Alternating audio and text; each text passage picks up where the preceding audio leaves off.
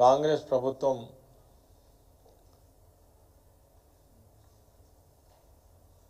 గ్రామ సభలు నిర్వహిస్తూ ఉన్నది. ఈ గ్రామ సభల సందర్భంగా అనేక గ్రామాలలో రచ్చ జరుగుతూ ఉన్నది. ప్రజలు ప్రశ్నిస్తే సమాధానం చెప్పేటువంటి పరిస్థితులలో అధికారులు లేరు, ప్రజాప్రతినిధులు దాదాపుగా పారిపోయేటువంటి పరిస్థితి ఎక్కడ గ్రామ సభ చూసినా కనబడతా ఉన్నది. అదేవిధంగా ఈరోజు ముఖ్యమంత్రితో పాటు మంత్రులందరూ కూడా విహారయాత్రలలో ఉన్నట్టుగా కనబడతా ఉంది. ఏ ఒక్క మంత్రి కూడా రాష్ట్రంలో గ్రామ సభల సందర్భంగా ప్రజల సమక్షంలో నిలబడి ప్రజలకు సమాధానం చెప్దామనేటువంటి అవకాశం అయితే ఇక్కడ మనకు కనబడతలేదు.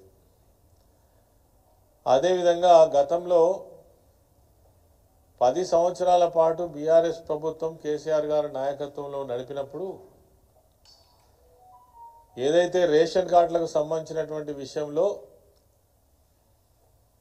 అనేక రకాలుగా బురద జల్లిండ్రు.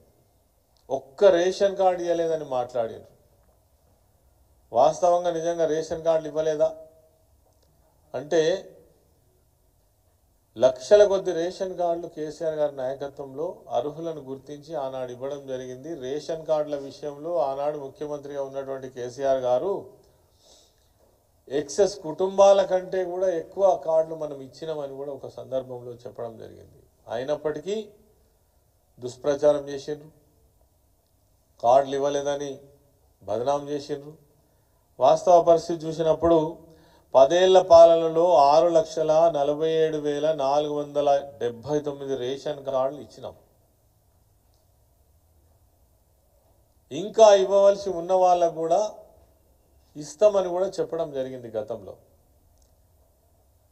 అదేవిధంగా ఈనాడు ఉన్నటువంటి ప్రభుత్వం వచ్చిన ఒక్క నెల లోపట్నే రేషన్ కార్డులు ఇస్తామన్నారు.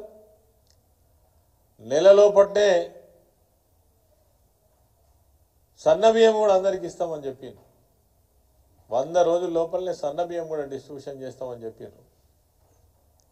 మరి ఇలా రేషన్ కార్డుల విషయంలో చూసినట్టయితే రాష్ట్రం మొత్తడం కూడా రచ్చ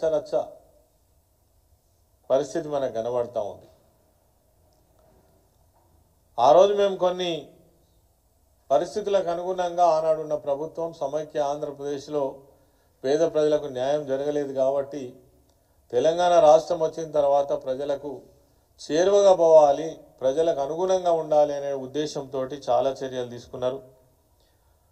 మరి ఆ రోజు 2.5 ఎకరాలు ఉన్నటువంటి మాగాని భూమిని 3.5 ఎకరాలకు చేయడం జరిగింది.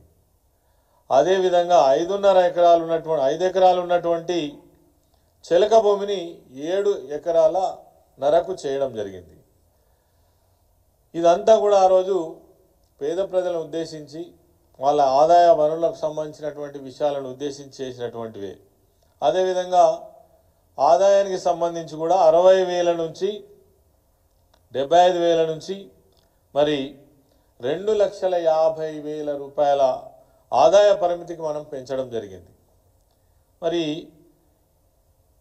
ఈరోజు మళ్ళీ 10 సంవత్సరాలు అంటే 11 సంవత్సరాల తర్వాత 11 సంవత్సరాలలో కూడా ఇప్పుడు ఏదైతే గ్రామ సభలు నిర్వహిస్తూ ఉన్నారో ఇదే పరిమితిని కంటిన్యూ చేస్తూ ఉన్నారు. 11 సంవత్సరాలలో ఇన్ఫ్లేషన్ పెరిగింది, ధరలు పెరిగినాయి, జీవన పరిణామాలు పెరిగినాయి.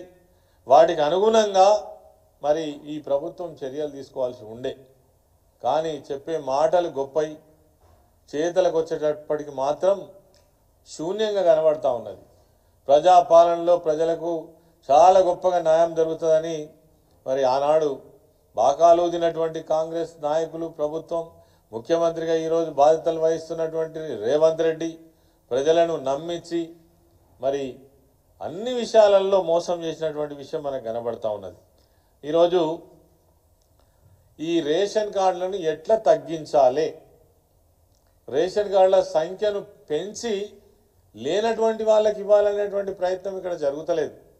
ఆనాడు ఎవరైతే ప్రభుత్వ పరంగా అవుట్సోర్సింగ్లో పనిచేసేటువంటి వాళ్ళు కావచ్చు, వాళ్ళందరినీ కూడా పరిగణనలో తీసుకొని వాళ్ళను ప్రభుత్వ ఉద్యోగుల కింద కాకుండా వాళ్ళకు రేషన్ కార్డులు ఇచ్చినటువంటి ప్రభుత్వం, వాళ్ళ జీతభత్యాలకు కూడా కొద్దిపాటివే కాబట్టి వాళ్ళను మామూలు మరి మధ్యతరగతి కింద తీసుకొని వాళ్ళను గుర్తించి పేదవాళ్ళుగా గుర్తించి వాళ్ళకు రేషన్ కార్డులు ఇవ్వడం జరిగింది.